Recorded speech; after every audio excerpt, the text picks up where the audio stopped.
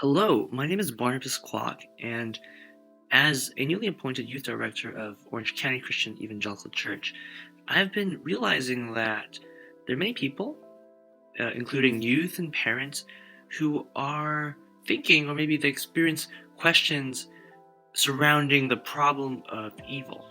So in this video, I'm going to explore one of the most popular problems for the Christian faith, that is, the problem of evil. And I think this topic is relevant because whether you're at school or work or just doing life, you might encounter people who are just puzzled towards why a supposedly good God would allow evil, and more importantly, as human beings, we experience evil. For some of us, that might be on a daily basis. So we'll tackle this issue, and feel free to just listen and treat this more or less like a podcast or something, because I won't show my face in this video at all. You will see some slides that contains the quotes or some points that I'm mentioning in the audio. So before we begin, as a disclaimer, I'm not the first guy to have touched upon the subject, nor are my ideas particularly unique.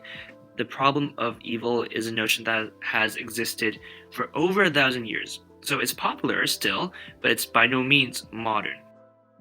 So this video is just my take on this issue, in which I will be addressing the problem of evil specifically through responding to Epicurus' dilemma. If you don't know what that is, don't worry, I'll explain it really soon. And as you can see on the subtitle, is evil a problem or a pointer? I will actually argue that evil is not a problem for God, rather a pointer to his existence. Another disclaimer before I start, let me just say that we have all experienced a fair share of evil or wickedness and injustice. We have all been wronged, and it's probably true that we've all wronged someone as well. So by no means am I belittling your hurt or experience. That is not my goal, and if I could, I would love to listen to your story and empathize. And to be honest, if you would like to, please reach out. So that's not what I'm trying to do. I'm not here to say, oh, you're hurt, your experiences don't matter. I would like to target this issue or address this issue from a biblical and logical standpoint. So now let me introduce to you the problem of evil, namely Epicurus' dilemma. So to begin, there are mainly two premises in this dilemma. The first is that God is omnipotent, that he's all-powerful, and the second is that he is benevolent, or in other words, all-loving. So let me expand it. Epicurus might say, well, if God was truly omnipotent and benevolent, there shouldn't be any evil. Well, why? Because if God is omnipotent, he can stop evil. And if he is benevolent, he should stop evil. He wouldn't want evil to exist, particularly the evil that's done towards human beings whom God claims to love. Yet, we all know that there is evil. Hopefully we can all agree on this. Therefore, there are three natural conclusions. Either, number one, God doesn't exist. Number two, he's not omnipotent. Omnipotence is a characteristic of God. So if he's not omnipotent, he's not God. And three, he's not all-loving, and that goes against the biblical narrative of who God claims to be. So I hope this logic makes sense so far, and if you want to think about it or meditate on it, feel free to pause the video.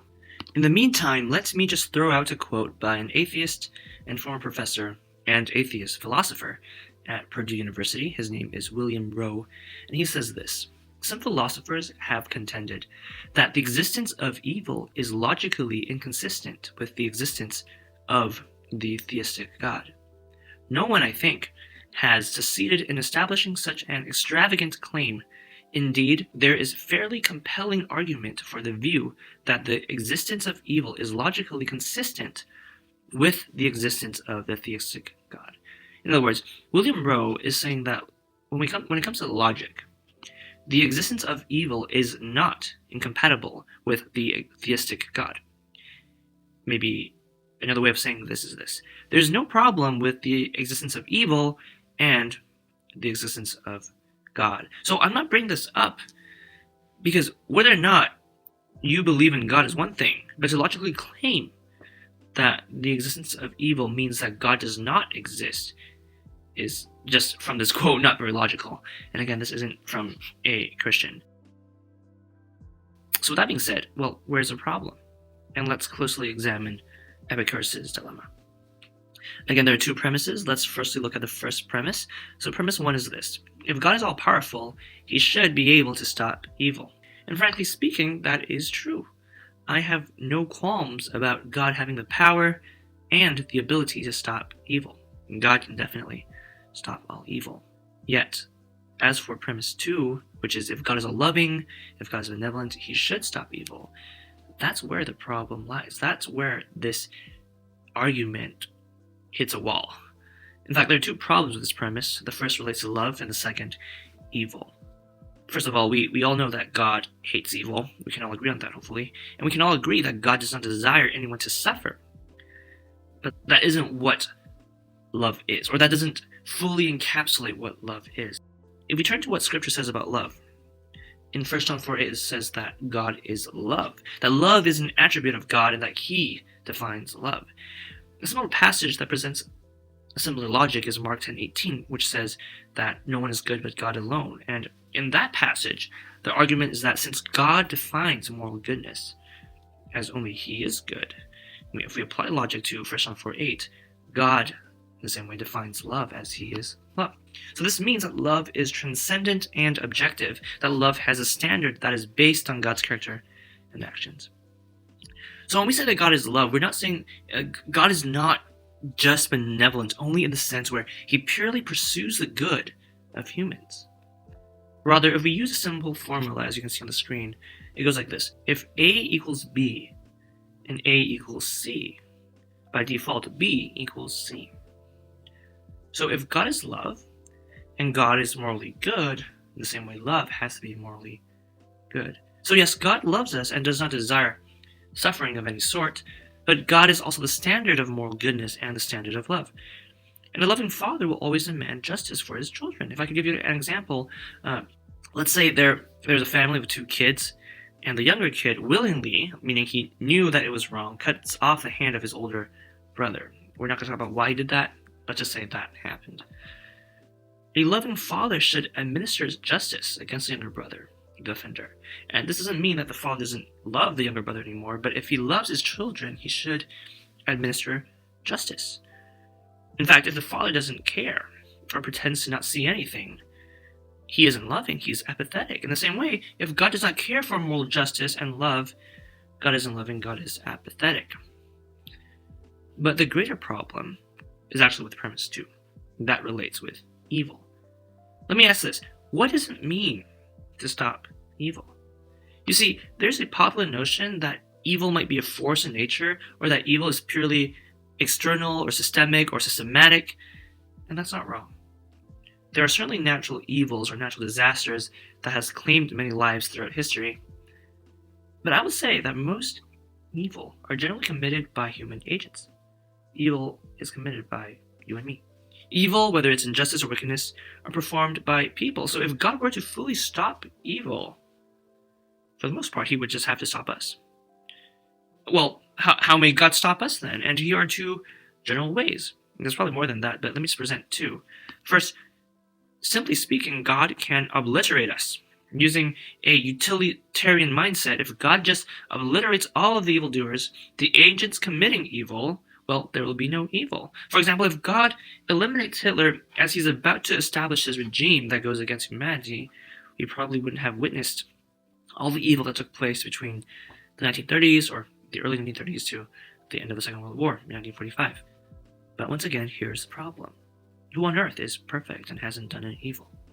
If God is the standard of moral goodness, being perfect and righteous, and a holy judge, now, you don't have to buy this premise, but if you do, any minor transgression against his law is therefore evil, which is why Romans 3 writes that, let God be true, though everyone were a liar. Romans 3 also mentions that we all fall short of God's glory, meaning we aren't perfect, but God is. So, the reason I'm saying that is because if we all fall short of God's glory and that we're all not perfect and we transgress his law and that we make mistakes, if God were to obliterate evil from human agents, he should just obliterate all of humanity. And that doesn't sound too good or appealing. In fact, if I could just throw a Bible thing out there, this logic is somewhat found in the middle section of Romans 11 when Paul talks about the grafting in of Gentiles, ultimately found in verse 21, which says, "For if God did not spare the natural branches, neither will he spare you. Nonetheless, let's move on to 2.2. So another way that God could stop evil. So God could stop evil by overriding the free will of humans. He could override the free will of you and me.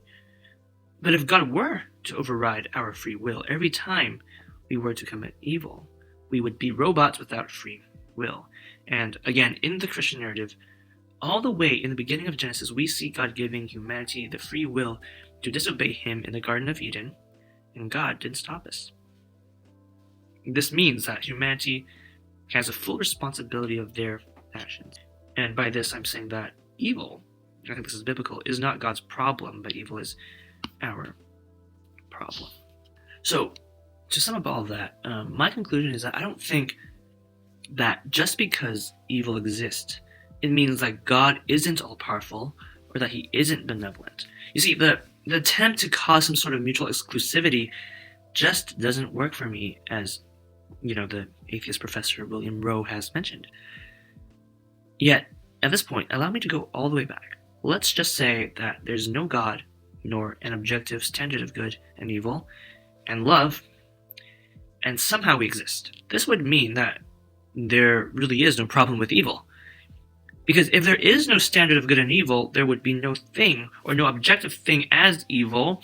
And the best part is that all evil and wickedness and suffering and all acts of kindness and goodness with such a mindset appears to have no objective meaning. In fact, if there's no God, no objective standard of good and evil, there's no objective purpose for humanity, life also has no objective meaning. So I really believe that if there's no God, it means there's no evil and suffering. It doesn't mean that you don't suffer anything, but on an objective scale, there's nothing that can be categorized as evil. Literally, your life and death means nothing without God. And allow me to push it a little further. I don't think all people who don't believe in God would naturally buy this premise, but if we were to adopt a purely atheistic and evolutionary mindset to explain the cosmos, to explain the world, we might just be a bunch of cells with no purpose or design. We just happen to be who we are without free will. Everything is just instinctive and naturalistic. And under the laws of natural selection, I really don't think evil is a thing in the sense that I wouldn't consider a lion mauling a deer as evil. That's just nature. That's just instinct. There's nothing really wrong with that. Again, maybe in the eyes of the deer that's being mauled by the lion, that's evil, that's suffering, but objectively it's not.